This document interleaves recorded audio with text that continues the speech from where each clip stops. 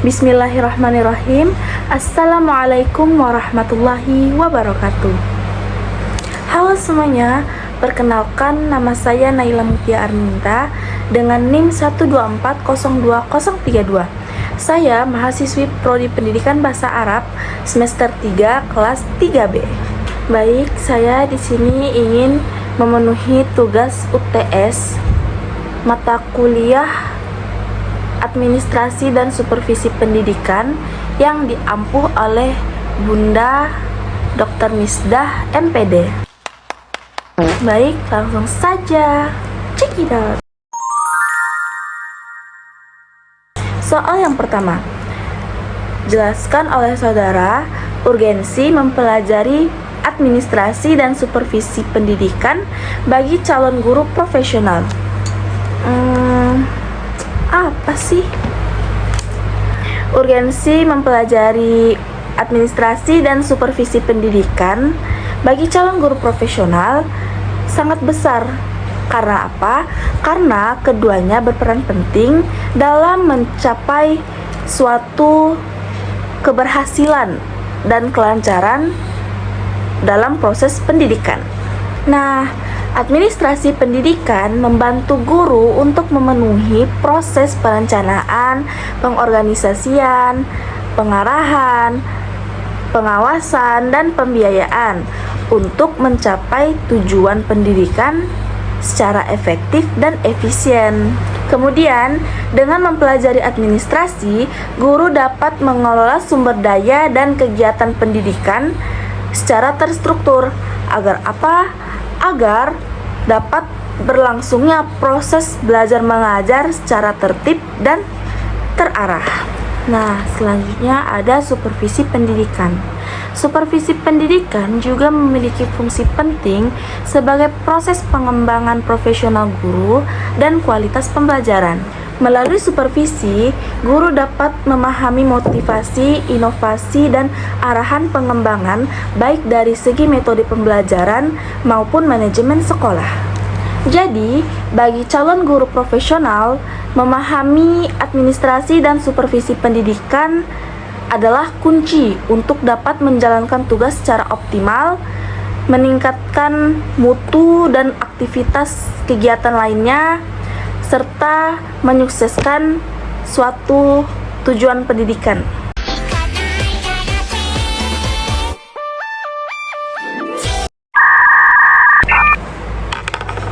Soal nomor 2. Jelaskan oleh saudara hubungan antara manajemen dan administrasi jika dikaitkan upaya tujuan pendidikan. Manajemen dan administrasi memiliki hubungan yang erat dalam upaya pencapaian tujuan pendidikan, namun keduanya memiliki fokus dan cakupan yang berbeda. Nah, manajemen ini mencakup proses perencanaan, pengorganisasian, pelaksanaan, koordinasi, komunikasi, dan evaluasi sumber daya untuk meningkatkan tujuan pendidikan secara menyeluruh.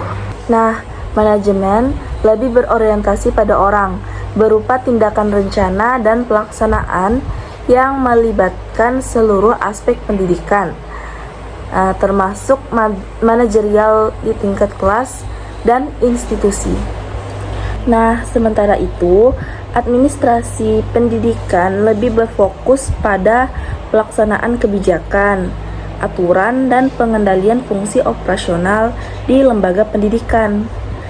Kemudian, administrasi itu sendiri berorientasi pada aturan dan mengintegrasikan sumber daya baik manusia maupun material agar tersusun secara efektif dan efisien. Nah, hubungan antara keduanya ialah administrasi merupakan bagian dari manajemen yang melaksanakan kebijakan dan tata kelola yang telah dirancang dalam manajemen pendidikan. Dengan kata lain, administrasi ini menangani aspek teknis dan operasional sehari-hari. Nah, sedangkan manajemen dia lebih strategis dan menyeluruh dalam mengarahkan lembaga pendidikan untuk menuju tujuan yang diinginkan. Keduanya ini saling melengkapi dalam memastikan bahwa tujuan pendidikan dapat dicapai secara efektif dan efisien. Soal nomor 3. Jelaskan oleh saudara peran guru dalam tugas administrasi pendidikan dan apa saja kendala yang dihadapi oleh guru pada saat di lapangan. Nah, ada beberapa peran guru dalam tugas administrasi pendidikan. Yang pertama yaitu merencanakan pembelajaran, di mana ini termasuk menyusun rencana dan jadwal yang efektif untuk mencapai tujuan. Yang kedua, mengelola kelas dan sumber daya pembelajaran. Nah, itu agar apa? Agar proses belajar mengajar dapat berjalan dengan lancar dan tertib. Yang ketiga, yaitu memonitor serta mengevaluasi pembelajaran untuk memastikan kemajuan dan kualitas belajar siswa tersebut. Yang keempat, yaitu melaksanakan administratif. Nah, seperti mengisi buku absensi, daftar nilai, laporan kelas, dan administrasi kurikulum. Yang kelima, yaitu berperan sebagai pengawas dan mediator antara siswa, sekolah, dan orang tua. Yang keenam, yaitu berkolaborasi dengan staf sekolah lain untuk meningkatkan atau memperbaiki mutu pendidikan dan menyelesaikan permasalahan sekolah. Dan yang ketujuh, yaitu berpartisipasi dalam pengambilan keputusan terkait kurikulum, metode pembelajaran, serta kebijakan sekolah. Nah, kemudian ada kendala yang dihadapi oleh guru pada saat di lapangan. Yang pertama, yaitu beban administrasi yang cukup berat di samping tugas mengajar, sehingga hal ini nih mengurangi waktu untuk persiapan dan pengembangan pembelajaran. Yang kedua, kurangnya fasilitasi dan pelatihan bagi guru. Nah, terutama dalam penggunaan teknologi administrasi pendidikan.